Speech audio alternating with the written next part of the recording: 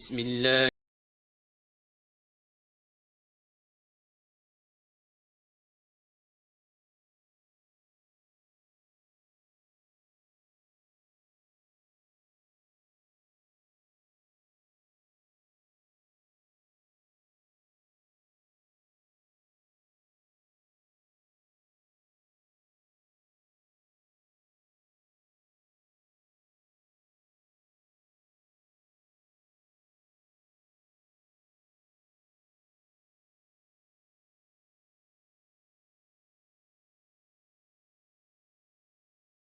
رب اعوذ بک من همزات الشیاطین واعوذ بک رب ان یحضرون بسم اللہ الرحمن الرحیم الحمد للہ وسلام علی عبادہ الذین اصطفى ولعنۃ الدائمۃ الباقیۃ علی اعدائہم اجمعین من الآن الی قیام یوم الدین اما بعد اوصیکم ونفسی بتقوی اللہ وقال علی بن ابی طالب علیہم الصلاۃ والسلام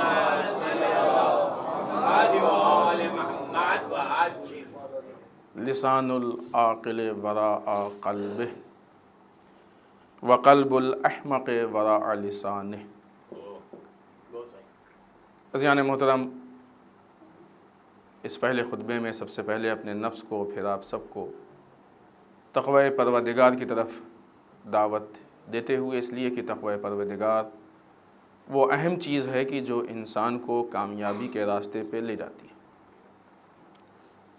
انسان کامیابی کے لیے صبح و شام ہاتھ مارتا ہے اور دن و رات کوشش و محنت کرتا ہے۔ اگر اس کی یہ محنت تقوی پروردگار کے ساتھ اور اس کے مطابق ہے تو یقیناً وہ کامیابی تک پہنچے گا، بھلے ہی اس کو دیکھنے میں وہ کامیابی لگے یا نہ لگے، لیکن حقیقی کامیابی اسی میں۔ اور اگر انسان تقوی کو چھوڑ کے ہاتھ پیر مار رہا ہے تو بھلے ہی اس کو وہ کامیابی لگے، لیکن اگر تقوی ساتھ نہیں ہے تو واقعی کامیابی اس کی نہیں ہے۔ حسب دستور ہر ہفتے کی طرح آج بھی سب سے پہلے امیر بیان مولا متقیان حضرت علی بن ابی طالب علیہ الصلوۃ والسلام کے خطبے کی روشنی میں متقین کے صفات یا کوالٹیز میں سے ایک صفت، تاکہ اس کو ہم سب آہستہ آہستہ آسانی سے اختیار کر سکیں۔ مولا فرماتے ہیں متقی کے صفات میں کہ یہ وہ ہیں کہ جو راتوں کے وقت مصلی پر کھڑے رہتے ہیں، یعنی رات کی تاریکی میں، رات کی تنہائی میں، جب دنیا آرام سے، چین سے، سکون سے سوتی ہوتی ہے تو اس وقت یہ اپنی نیند کو قربان کر کے، نیند بہت میٹھی ہوتی نا، بڑی عزیز ہوتی انسان کو نیند۔ کسی سے کہیے کہ آپ 2 بجے 3 بجے 4 بجے بستر چھوڑ کے اٹھ جائیے تو اس کے لیے بہت سخت ہوتا ہے، بہت مشکل ہوتا ہے۔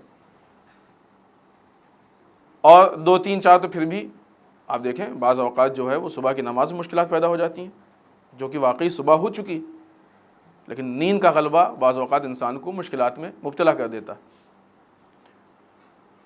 متقی وہ لوگ ہیں کہ جو اپنی اس میٹھی نیند کو خدا پہ قربان کر دیتے ہیں اور مصلی پہ آ جاتے ہیں، جس کا ایک مصداق ہے نماز شب۔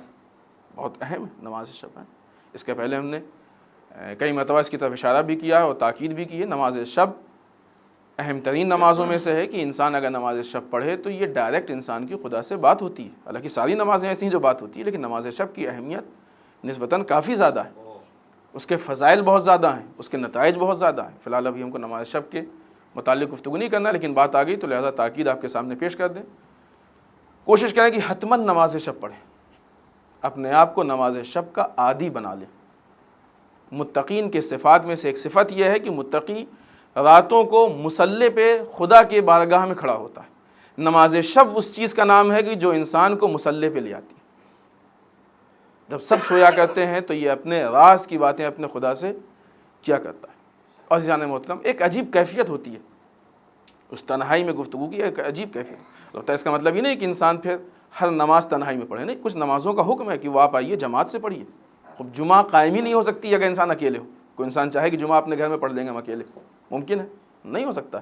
تو کہیں پہ خدا نے اجتماع کا یعنی جمع ہونے کا حکم دیا ہے، کہیں خدا نے تنہائی کا حکم دیا، اور روایات میں بھی ہے کہ انسان کوشش کرے کہ مستحبی نمازوں کو اپنے گھر پہ پڑھے۔ بعض روایتوں میں ایسا آیا ہے کہ انسان کوشش کرے مستحب، تاکہ ایسا نہ ہو کہ اس کا گھر مثلا نماز سے خالی ہو جائے، جو بچہ بڑا ہو رہا ہے اس کو معلوم ہی نہ ہو کہ نماز کس کو کہتے ہیں۔ ایک پرورش، ایک تربیت ساتھ میں چلے، لیکن واجب نمازوں کے لیے کہا کہ آپ آئیے مسجد میں آئیے، جماعت سے پڑھیے، جماعت کی تاکید ہے اور سارے فضائل اپنی جگہ پہ۔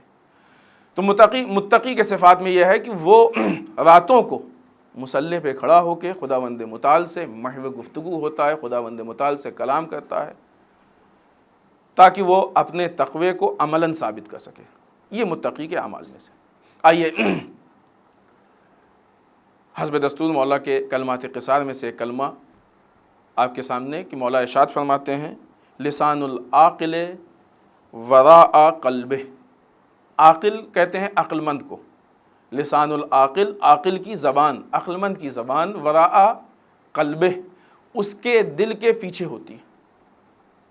پھر اگلے جملے میں مولا ارشاد فرماتے ہیں وقلب الاحمق، احمق جانتے ہیں آپ اصطلاح مشہور ہے، احمق یعنی بیوقوف، جس کے پاس عقل کم ہو یا نہ کے برابر ہو۔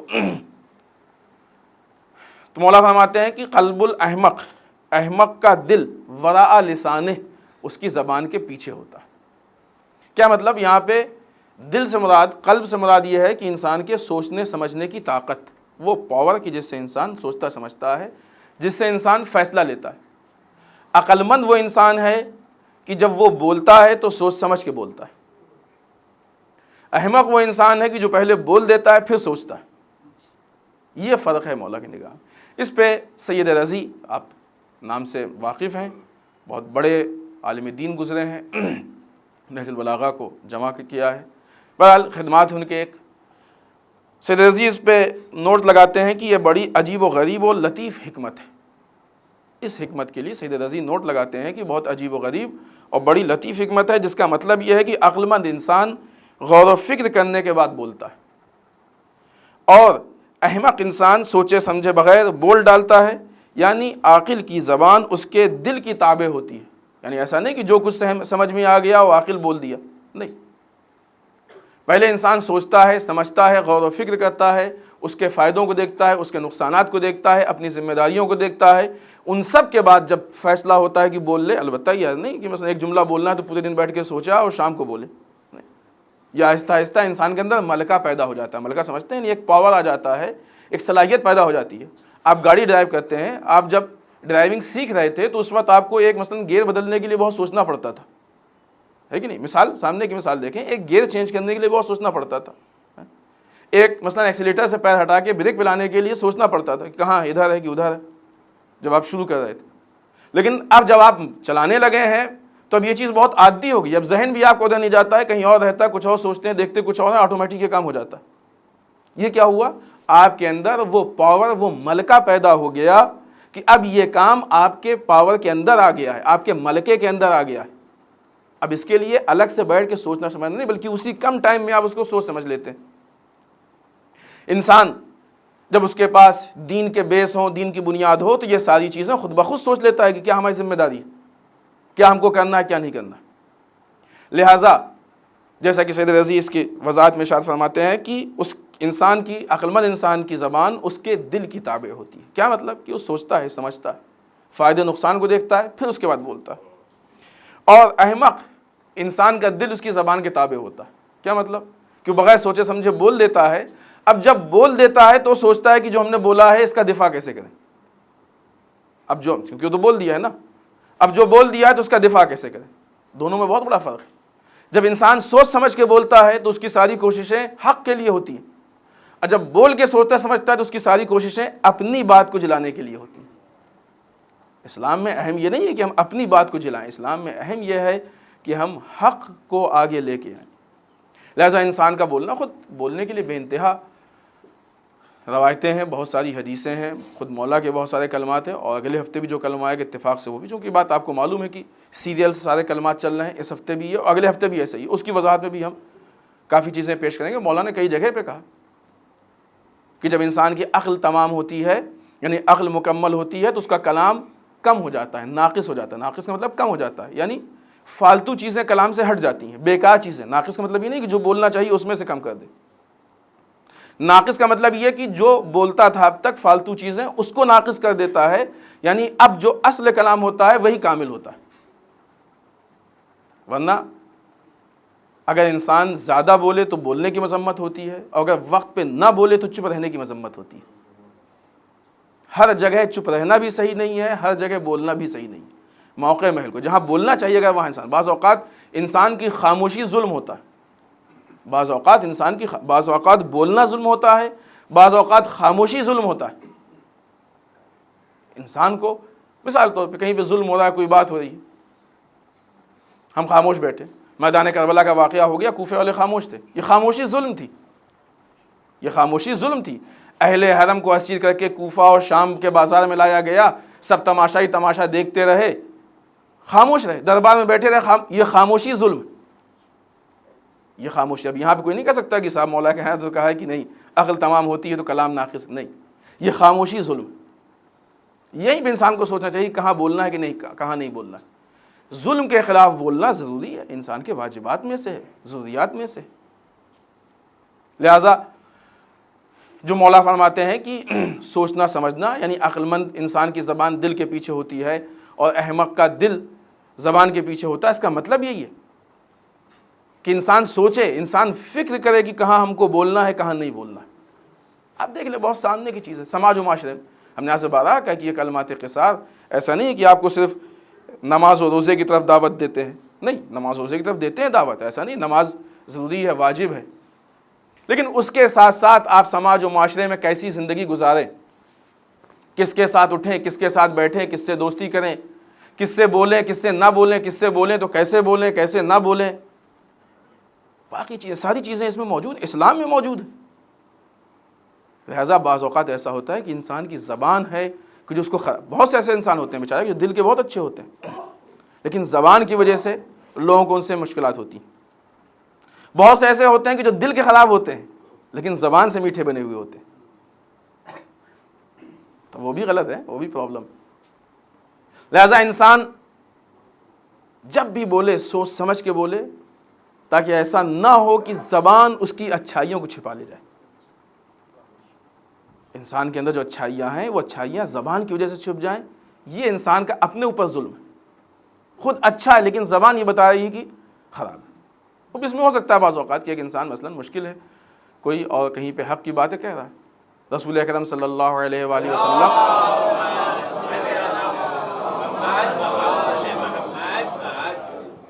سارے عرب آپ کی بڑی رسپیکٹ کرتے تھے، بہت مانتے تھے، بڑا احترام تھا، سب کچھ تھا، ایک مرتبہ آپ نے کہا قولوا لا الہ الا اللہ تفلحوا، ناراض ہو گئے۔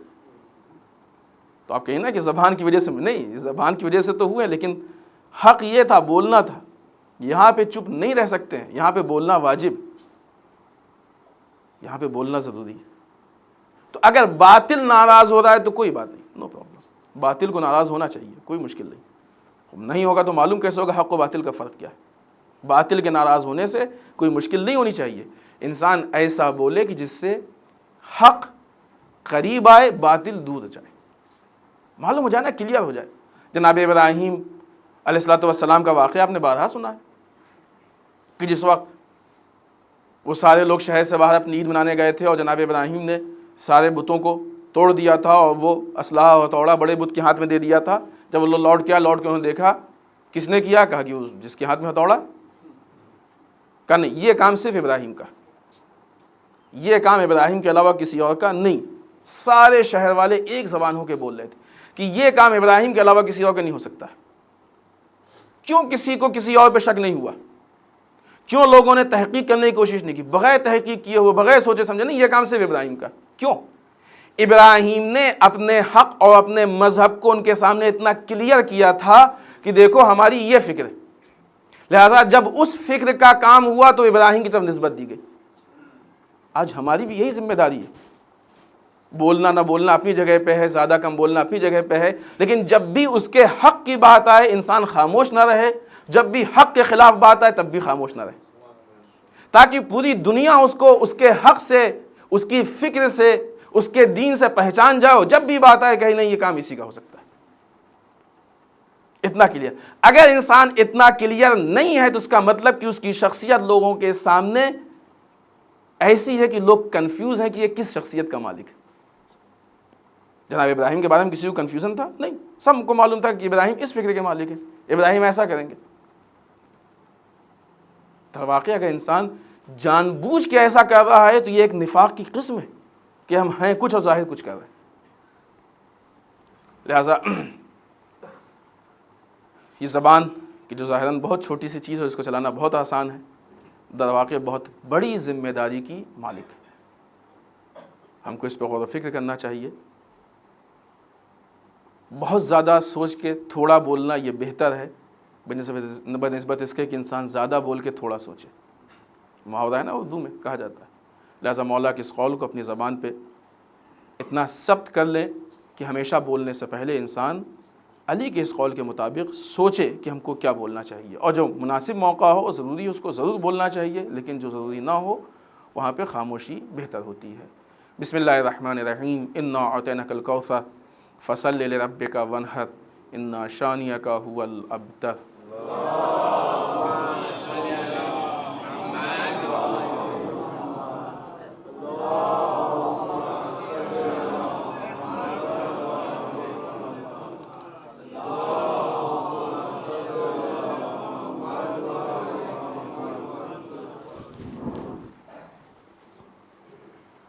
رب اعوذ بک من ہمزات الشیاطین واعوذ بک رب ان یحضرون.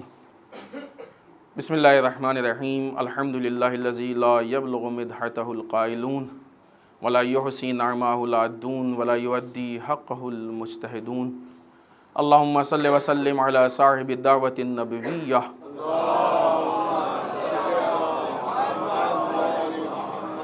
والصولۃ الحیدریہ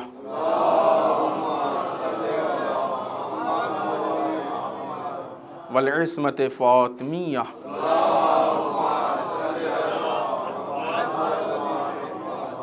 والحلم الحسنیہ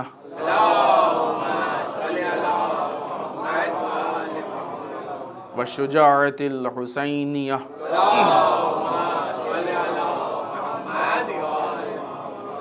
والعبادت السجادیہ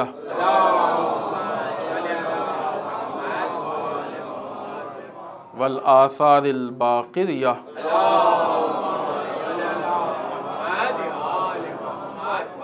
والمعصر الجعفریہ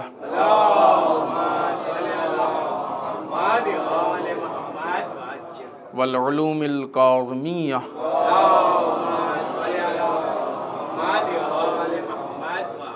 والرضاء الرضویہ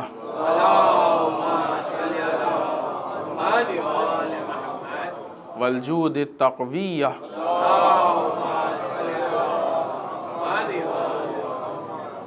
والنقاوة النقویہ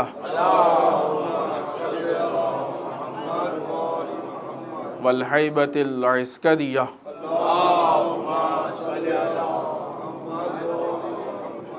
والغیبۃ الہیہ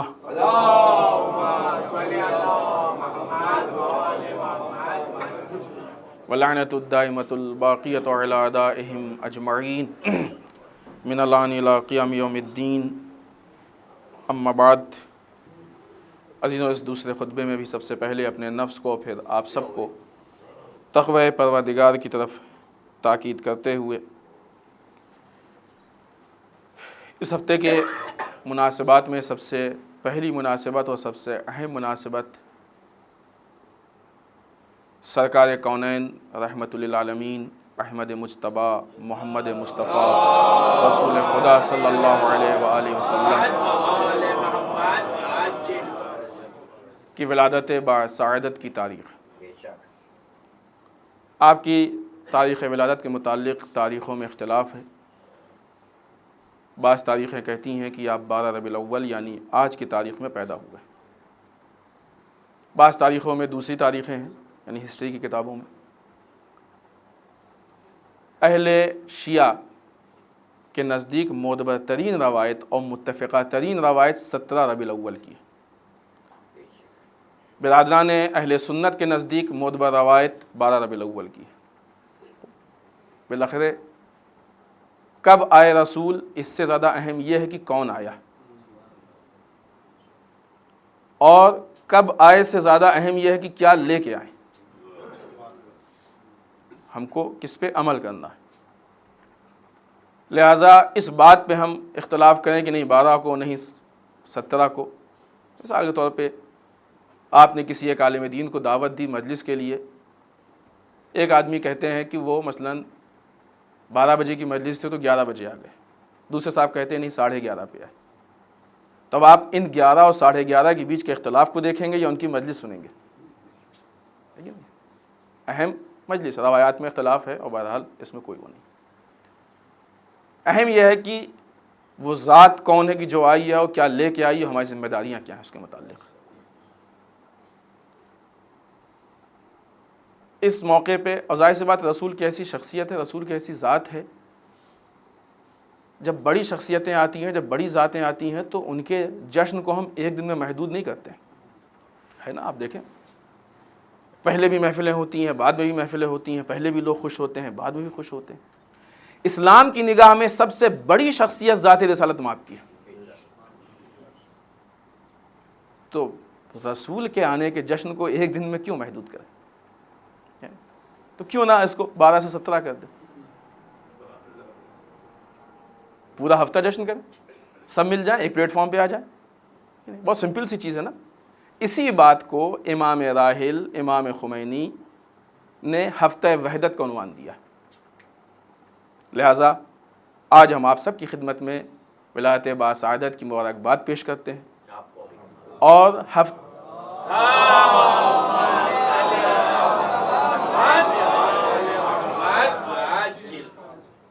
اور اسی کی روشنی میں امام خمینی کے اس قول کے مطابق یا ان کی اس تحریک کے مطابق ہفتہ وحدت کے آغاز کی ابتدا کی بھی مبارکباد پیش کرتے ہیں۔ آج پہلا دن ہے نا، آج 12 ربیع الاول، 17 تک چلے گئی ہے انشاءاللہ، ہم سب مل کے، تاکہ دنیا کو معلوم تو ہو کہ رسول کے ماننے والے کتنے ہیں، خاص کر کے اس موقع پہ جب کہ رسول کے دشمن متفق ہو گئے ہیں، متحد ہو گئے ہیں، ایک پلیٹ فارم پہ آ گئے ہیں، تو رسول کے ماننے والوں کو بھی تو ایک پلیٹ فارم پہ آنا چاہیے نا ان کے مقابلے کے لیے، ورنہ کیسے مقابلہ ہوگا؟ لیکن آپس میں لڑتے رہیں گے تو دوسرے سے دشمن سے نہیں لڑ سکتے۔ لہٰذا یہ ہفتہ وحدت حکمت اسلامی کا نام ہے، ہفتہ وحدت اسلام کی ضروریات کا نام ہے۔ مرجع علی قدر آیت اللہ العظمیٰ سید علی حسینی سیستانی کا ایک پیام ہے مسلمانوں کے اتحاد کے عنوان سے۔ بہت سے مراجع نے اتحاد، سبھی آیات اعظام اتحاد کی دعوت دیتے ہیں، ہم نے آپ سے کہا تھا کسی موقع پہ کوئی آیت اللہ اتحاد سے منع نہیں کرتا بلکہ دعوت دیتے ہیں۔ رہبر انقلاب آیت اللہ خامنہئی دعوت دیتے ہیں، امام خمینی کہہ کے گئے ہیں، اور باقی بہت سارے آیات اعظام ہیں، مثلا آیت اللہ نوری ہمدانی، آیت اللہ وحید، سبھی دعوت دیتے ہیں۔ آئیے یہاں پہ ہم ایک پیام پڑھتے ہیں، چونکہ آیت اللہ سیستانی کے مقلدین بھی زیادہ ہیں۔ آیت اللہ سیستانی کسی موقع پہ پیام، البتہ پورا پیام پڑھنے کا ٹائم نہیں خطبے میں، ہم کچھ پوائنٹس، کچھ جملے اس میں سے ہم آپ کے سامنے پیش کرتے ہیں۔ آیت اللہ سیستانی کہتے ہیں کہ البتہ اس کو جہاں نیوز میں دیا گیا، کسی کو اس پیام کو دیکھنا ہو یعنی اس کے متعلق نیوز کو، تو ہم سے ملے، بعد میں ہم اس کا لنک اس کو میل کر دیں گے، وہ خود دیکھ لے جا کے۔ اس نیوز کا عنوان ہی یہی ہے کہ آیت اللہ سیستانی کا کہنا یہ ہے کہ برادران اہل سنت ہمارے بھائی نہیں ہیں بلکہ ہمارے نفس و جان ہیں۔ یہ آغا سیستانی کے اس پیام میں ہے بھی یہ جملہ، ایسا نہیں کہ انہوں نے اپنی طرف سے کہہ دیا، اس پیام میں یہ جملہ موجود ہے۔ آپ فرماتے ہیں کہ شیعہ اور سنیوں کے بیچ میں کوئی واقعی اختلاف نہیں ہے۔ واقعی اختلاف ہونے کا مطلب یہ کیا ہے کہ یعنی جو بھی اختلاف ہے وہ اس کی واقعیت نہیں ہے، بنایا ہوا اختلاف ہے۔ تو شیعہ اور سنی کے بیچ میں کوئی واقعی اختلاف موجود نہیں ہے۔ میں، آیت اللہ سیستانی کہتے ہیں، میں سب کو چاہتا ہوں، سب کو دوست رکھتا ہوں۔ آیت اللہ سیستانی کہتے ہیں میں سب کو دوست رکھتا ہوں۔ پھر فرماتے ہیں کہ دین اسلام دین محبت ہے، اسلام محبت کا دین ہے، الفت کا دین ہے۔ اور اس چیز سے کہ اگر دشمن یہ کر سکیں کہ شیعہ و سنی کے بیچ میں تفرقہ ڈالیں، اس سے ہم کو متوجہ ہونے کی ضرورت ہے، دشمن کو ہم شیعہ و سنیوں کے بیچ میں تفرقہ نہ ڈالنے دیں۔ چونکہ انہوں نے یہ پیغام کسی ایک پروگرام کی موقع پہ دیا تھا، ایک پروگرام تھا عراق میں، شیعہ سنیوں کے متعلق پروگرام تھا، وہاں پہ شیعہ سنی جمع ہو رہے تھے، تو اس پروگرام کے لیے کہتے ہیں کہ ایسے مراسم، ایسے پروگرامز، ایسی نشست کا برگزار کرنا، اس کا انعقاد کرنا، اس کو آرگنائز کرنا، یہ بہت اہم بھی ہے اور مفید بھی ہے۔ اس کی اہمیت بھی ہے اور اس کا فائدہ بھی ہے، آغا سیستانی کے جملے۔ پھر اس کے بعد آپ فرماتے ہیں کہ شیعہ اور سنیوں کے بیچ میں کوئی واقعی اختلاف نہیں ہے، شیعوں کو چاہیے کہ سنیوں کی طرف سے ان کے اجتماعی حقوق یعنی سوشل حقوق، ان کے پولیٹیکل حقوق، ان کا دفاع کریں، ڈیفنس کریں۔ شیعوں کو چاہیے کہ سنیوں کے پولیٹیکل اور ان کے جو سوشل حقوق ہیں ان کا دفاع کریں۔ عجیب عجیب جملے ہیں واقعی۔ پھر اس کا فرماتے ہیں کہ ہماری گفتگو دعوت وحدت کی دعوت پہ باقی، اتحاد کی دعوت پہ ہماری گفتگو، ہماری جو بھی بات ہے اس پہ باقی ہے۔ ہم نے بارہا اس بات کو کہا کہ یہ نہ کہو کہ سنی ہمارے بھائی، بلکہ یہ کہو کہ سنی ہمارے نفس و جان۔ پھر آگے ارشاد فرماتے ہیں، بہت لمبا وہ ہے، ہم نے کچھ جملے اس میں سے لیے ہیں، کہ ہم شیعوں کے جو نماز جمعہ کے خطبے ہوتے ہیں ان سے زیادہ سنیوں کے نماز جمعہ کے خطبوں کو سنتے ہیں۔ اس کا مطلب نہیں شیعوں کے نہیں سنتے ہیں، نہیں، شیعوں کے سنتے ہیں، لیکن اس سے زیادہ سنیوں کے نماز جمعہ کے خطبے کو ہم سنتے ہیں۔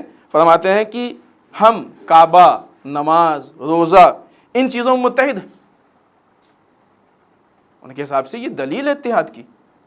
کعبے کو لے کے ہم متحد ہیں، نماز کو لے کے ہم متحد ہیں، روزے کو لے کے متحد ہیں۔ کوئی تو نہیں کہتا ہے نماز نہیں ہے، کوئی یہ نہیں کہتا کہ روزہ نہیں، لہٰذا دلیل دے رہے ہیں کہ اتحاد کی۔ اتنا کلیئر، اتنا واضح، اتنا دو دو چار بیان، وہ بھی کس سے؟ اس مرجع عالی قدر سے کہ جو اکثریت کے نزدیک عالم ہے، عالم ہے اکثریت کے نزدیک۔ تقلید کس کی جاتی ہے؟ عالم کی تقلید ہوتی ہے نا، غیر عالم کی تقلید تو نہیں ہو سکتی۔ خود جو بھی آیت اللہ سیستانی کی تقلید کرتا ہے اس کی نگاہ میں آیت اللہ سیستانی عالم ہے، یعنی سب سے زیادہ ہے علم میں۔ ان کا اتنا کلیئر بیان موجود ہے، یہ نیوز میں موجود ہے، کسی کو بھی ضرورت ہو تو آپ بتائیے گا، ہم آپ کو لنک میل کر دیں گے، آپ خود سے دیکھیے گا۔ بہت سارے پیغامات ہیں، بہت سارے پیام ہیں۔ آیت اللہ ہے دری نجف آبادی، بہت مشہور آیت اللہ ہے، مولانا جانتے ہوں گے، اور جن کا بھی تعلق حوزہ علمیہ سے رہا ہے، چونکہ علمی شخصیتوں کو علماء بہتر پہچانتے ہیں۔ آپ اگر گئے، ملاقات ہوئی یا کوئی کتاب دیکھا تو معلوم ہو گیا، یعنی علمی حلقے میں آئیں گے تو معلوم ہوگا، نہیں تو ضروری نہیں کہ معلوم۔ انہوں نے بھی اتحاد کی طرف دعوت دی اور بہت اچھے اچھے جملے۔ حال ہم نے وقت کو سمجھتے ہوئے ساری چیزوں کو نہیں نوٹ کیا کہ خطبے میں ساری چیزیں نقل نہیں کی جا سکتی ہیں۔ یہ علماء کی دعوت ہے، خاص کر کے اس ہفتہ وحدت کے موقع پہ علماء و مراجع و آیات اعظام کے اسٹیٹمنٹس اس بات پہ آ رہے ہیں کہ ہم ایک پلیٹ فارم پہ آنے کی کوشش کریں، آئیں ایک پلیٹ فارم پہ۔ یہاں پہ ایک سوال یہ پیدا ہوتا ہے، بعض لوگوں کا کہنا یہ ہے کہ صاحب یہ کیا بات ہو گئی، ہم کو سنیوں کے اختلاف سے پہلے سنیوں کے اتحاد سے پہلے شیعوں کے درمیان اتحاد کی بات کرنی چاہیے۔ شاید ہم نے کسی موقع پہ کہا تھا کہ یہ شیعہ اتحاد اور سنی اتحاد یہ نماز نہیں کہ رکوع کے بعد سجدہ ہو، کہ پہلے یہ ہو جائے پھر وہ نہیں، دونوں ضروری ہے، دونوں اہم ہے، دونوں ہونا چاہیے۔ لیکن ایک انسان جو یہ کہہ رہا ہے کہ مسلمانوں کو متحد و متفق ہونا چاہیے، تو آپ یہ کیسے کہہ سکتے ہیں کہ یہ شیعوں کے اتحاد کی بات نہیں کر رہا ہے؟ کیا آپ کی نگاہ میں شیعہ مسلمان نہیں؟ یہ تو سارے مسلمانوں کے متحد ہونے کی بات کر رہا ہے۔ شیعہ متحد ہو، سنی سنی متحد ہو، شیعہ سنی متحد ہو، جو بھی مسلمان ہوگا سب کو متحد ہونا چاہیے، کسی کے اختلاف کی بات ہی نہیں ہے۔ کہتے نہیں کہ 5-10 میں شامل، 5-10 میں شامل ہے۔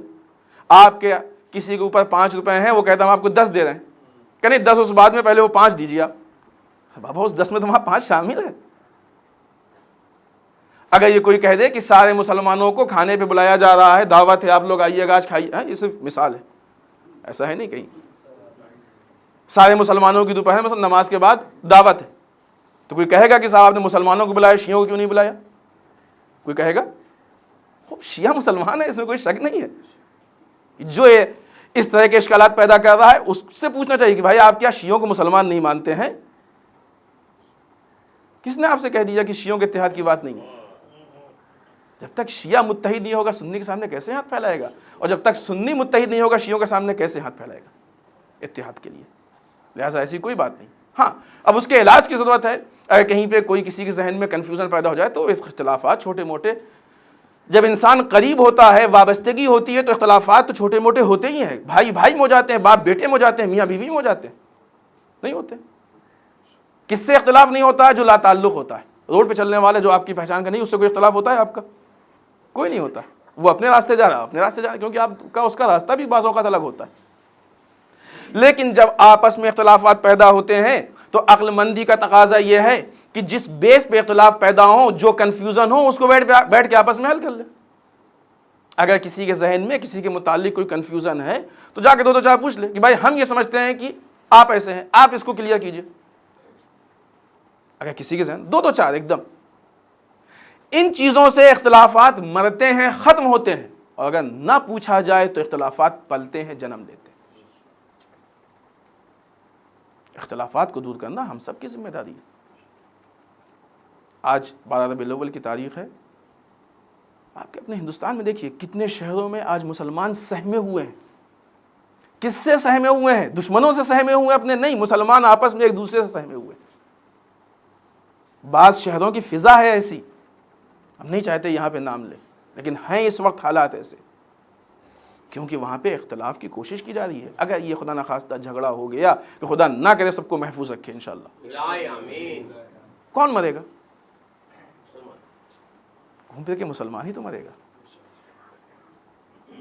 اگر شیعوں کے نزدیک سنیوں کی جان کی ویلیو نہیں ہے، سنیوں کے نزدیک شیعوں کی جان کی ویلیو نہیں ہے، تو آپ کس آدمی کے مرنے کی بات کر رہے ہیں؟ جو آدمی مرنے والا ہے، آپ کیا گارنٹی لیتے ہیں کہ مثلا یہ کیسا ہے، اس کے ذہن میں کیا نظریہ ہے، اس کے بال بچوں کیا حالات ہوں گے، کیا کرتا ہے کیا نہیں کرتا ہے، اس کے پاس بعد میں بال بچوں کے لیے کچھ انتظام ہے کہ نہیں ہے؟ پوری داستان ہے. ابھی لکھنؤ میں ایک شخص مرا، کس نے جا کے اس کی فیملی سے پوچھا کہ کیا ضروریات ہے؟ اگرچہ وہ کوئی پرسنل جھگڑا تھا، اس بیس پہ ساری باتیں ہوئی، وہ ایک تفصیل اپنی جگہ پہ. لہٰذا ہفتہ وحدت کے موقع پہ شیعہ سنی اتحاد و اتفاق یہ ہماری ضروریات میں سے ایک ہے. ہم کو اس پہ غور و فکر کرنا چاہیے. اسلام کی ضروریات میں سے، ائمہ کی سیرت میں سے، اور ہمارے پاس تو متحد و متفق ہونے کا پورا راستہ موجود ہے. راستہ موجود ہے، پورا متحد و متفق ہونے کا پورا راستہ موجود ہے. اسلام نے کیسے ہم کو سینٹرلائز کیا؟ ہر آدمی جو بھی اس کا ذمہ دار عالم ہے، نزدیکی عالم ہے، اس پہ آ کے متفق ہو جائے، اس سے مسائل کو حل کرے. پھر اس کے بعد یہ سب اپنے پیمانے پہ متفق ہوں. پھر اس کے بعد یہاں تک یہ سلسلہ جا کے مراجع تک پہنچتا ہے، اور پھر اس کے بعد ولایت فقیہ تک پہنچتا ہے، پھر اس کے بعد امام تک پہنچتا ہے، کیونکہ کوئی بھی اپنی جگہ نہیں روک رہا. اس کے بعد امام تک پہنچتا ہے، رسول تک پہنچتا ہے، پھر رسول سے ذات پروردگار تک پہنچتا ہے. تو ہمارا پورا سلسلہ ایک آ رہا ہے. کیوں ایسا ہے؟ ہم کو سیرت ائمہ پہ متحد ہونا ہے کہ نہیں ہونا؟ سیرت ائمہ سے تو کوئی اختلاف نہیں کر سکتا ہے نا. ائمہ کی سیرت پہ چلنا ہے نا. خوب یہ ائمہ کی سیرت ہم کس سے لیں گے؟ علماء سے تو لیں گے. لہٰذا ائمہ کی سیرت لینے کے لیے علماء پہ متحد ہونا پڑے گا. یہ ضروریات میں سے ہے. جب ہم علماء پہ متحد ہوں گے تو ہم ائمہ تک پہنچیں گے، جب ائمہ پہ متحد ہوں گے تو رسول تک پہنچیں گے. یہ سلسلہ ہے، راستہ ہے ہم کو جو ذات پروردگار تک پہنچانے کے لیے. لہٰذا اس ہفتہ وحدت میں ہماری یہ ذمہ داری ہے کہ ہم اتحاد و اتفاق کی طرف قدم آگے بڑھائیں. اگلی مناسبت اس ہفتے کی جو 12 ربیع الاول آج ہی کی تاریخ میں بعض روایتوں کے حساب سے وجوب نماز کا آغاز 12 ربیع الاول کو ہوا، اور آج ہی کی تاریخ میں بعض روایتوں کے حساب سے رسول خدا صلی اللہ علیہ وآلہ وسلم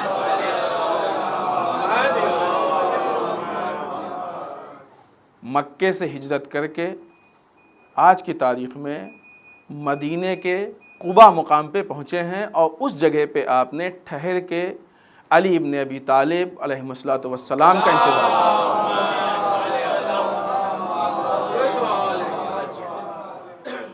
رسول ہیں، خود مستقل ایک شخصیت ہے، لیکن مدینے میں قدم نہیں رکھا، داخل نہیں ہو جب تک علی نہ آ جائے. ماشاءاللہ ماشاءاللہ. پہچانے سیرت علی کو. 14 ربیع الاول 2 دن بعد کی تاریخ ہے کہ جو یزید بن معاویہ کے فوت ہونے، واصل جہنم اور مرنے کی تاریخ. ہم کو یزیدیت کو پہچاننا چاہیے تاکہ آج کے یزید سے ہم ہوشیار رہیں. 18 ربیع الاول مولا کائنات کی بہت ہی جری اور شجاع بیٹی، بڑی صابرہ بیٹی جناب ام کلثوم سلام اللہ علیہا کی ولادت بعد سعادت کی تاریخ۔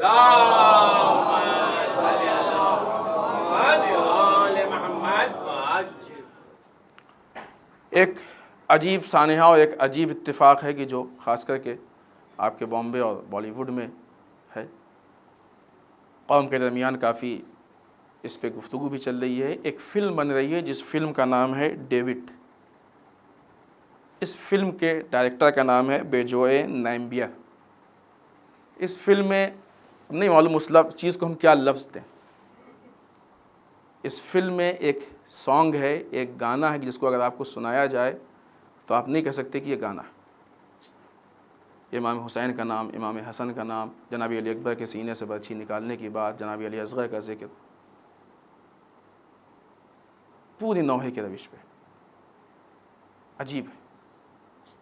ہم کو اس بارے میں نہ ہماری فیلڈ ہے، نہ ہم کو معلومات ہے، ہم کو صرف خبر۔ ابھی اس کا آڈیو لانچ ہوا ہے، آن لائن موجود ہے۔ آپ ہندی فیچر فلم ڈیوڈ یا ڈیوڈ کر کے یا ڈائریکٹر کے نام سے سرچ کیجئے تو آپ کو ڈیٹیل مل جائے گی، اور وہ سانگس بھی آن لائن موجود ہیں، اور پھر بھی کسی کو چاہیے تو ہم اس کو فارورڈ کر دیں گے، ہمارے پاس اس کا لنک بھی موجود ہے، وہ بھی موجود ہے۔ سنیں، آپ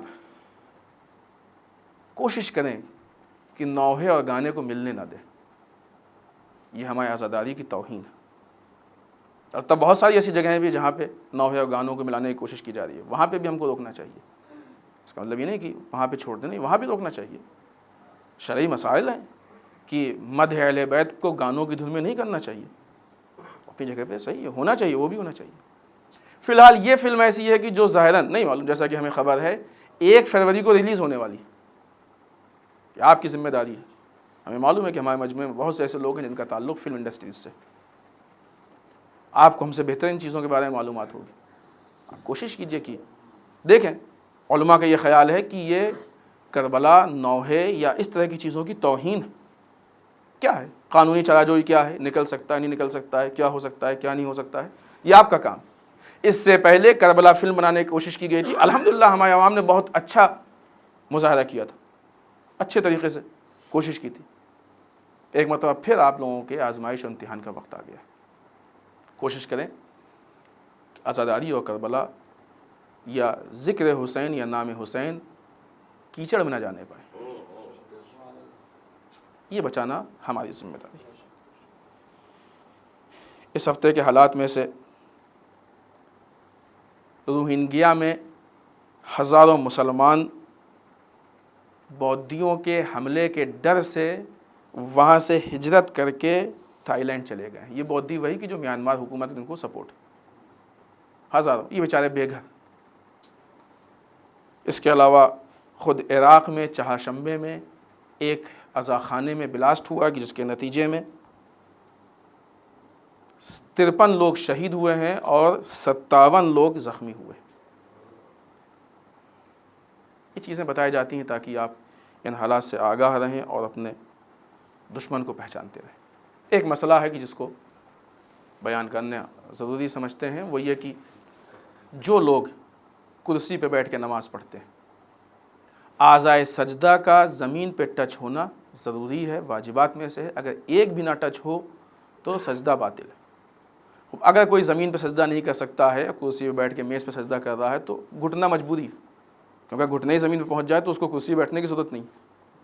لیکن پیر کے دونوں انگوٹھے زمین پہ ٹچ کر سکتا ہے، لہٰذا وہ ہاتھوں کو اپنے ساتھ میں، کیونکہ ہتھیلی کی ٹچ ہونا بھی واجب ہے، ساتھ ہے نا اعضائے سجدہ، پیر کے دونوں انگوٹھے، دونوں گھٹنے، دونوں ہاتھ کی ہتھیلی اور یہ پیشانی، یہ 7 واجب ہیں، ناک مستحب، یہ 7 واجب، ان 7 کا ٹچ ہونا ضروری ہے۔ گھٹنا اگر مجبوراً نہیں ٹچ ہو رہا ہے تو اس کو خدا معاف کرتا ہے، لیکن یہ پیر کے انگوٹھے جو کہ پیر آپ کا آلریڈی زمین پر موجود ہے، اس کو آپ زمین پہ ٹچ کر سکتے ہیں۔ ایک مرتبہ ہوا پیر سیدھا رکھا ہو تو اس میں آپ کا انگوٹھا ٹچ نہیں ہے، ایک بار نہیں کہ اسی کو آپ تھوڑا سا ترچھا کر کے اس پیر کے انگوٹھے کو زمین پہ ٹچ کر دیں تاکہ آپ کا سجدہ کمپلیٹ ہو جائے اور اعضائے سجدہ جو خدا چاہتا ہے وہ زمین پہ ٹچ ہو جائے۔ آئیے بارگاہ پروردگار میں دعا کرتے ہیں۔ پالنے والے ہم سب کو اعمال صالحہ کی توفیق عنایت فرمائے۔ بار اللہ ہم سب کو اعمال قبیحہ سے محفوظ رکھ۔ بار اللہ ہمارے گناہوں کو بخش دے۔ بار اللہ ہمارے مرحومین کو بخش دے۔ پالنے والے اسلام و مسلمین کی حفاظت فرما، بار الہ دشمنان اسلام کو نیست و نابود کر، بار الہ جو بیماروں نے شفائے کامل و عاجل عنایت فرما، بار الہ جو بے روزگار ان کو روزگار عطا فرما، بار الہ جو برسر روزگار ان کی روزی میں خیر و برکت عطا فرما، بار الہ جو پریشان حال ان کی پریشانیوں کو دور فرما، بار الہ جو لاولد ان کو اولاد صالح عنایت فرما، بار الہ جو صاحب اولاد ان کی اولاد کو نیک سیرت بنا، بار الہ ہمارے علماء کے سائے کو ہمارے سروں پہ باقی رکھ، بار الہ رہبر و مراجع کو طول عمر عنایت فرما، بار الہ ہم کو اتحاد و اتفاق کی توفیق عنایت فرما، بار الہ ہمارے امام کی ظہور میں تعجیل فرما، ہمیں ان کے اعوان و انصار میں شریک ہونے کی توفیق عنایت فرما۔ ربنا تقبل منا انک انت السمیع العلیم۔ بسم اللہ الرحمن الرحیم۔ قل هو اللہ احد اللہ الصمد لم یلد ولم یولد ولم یکن لہ کفوا احد۔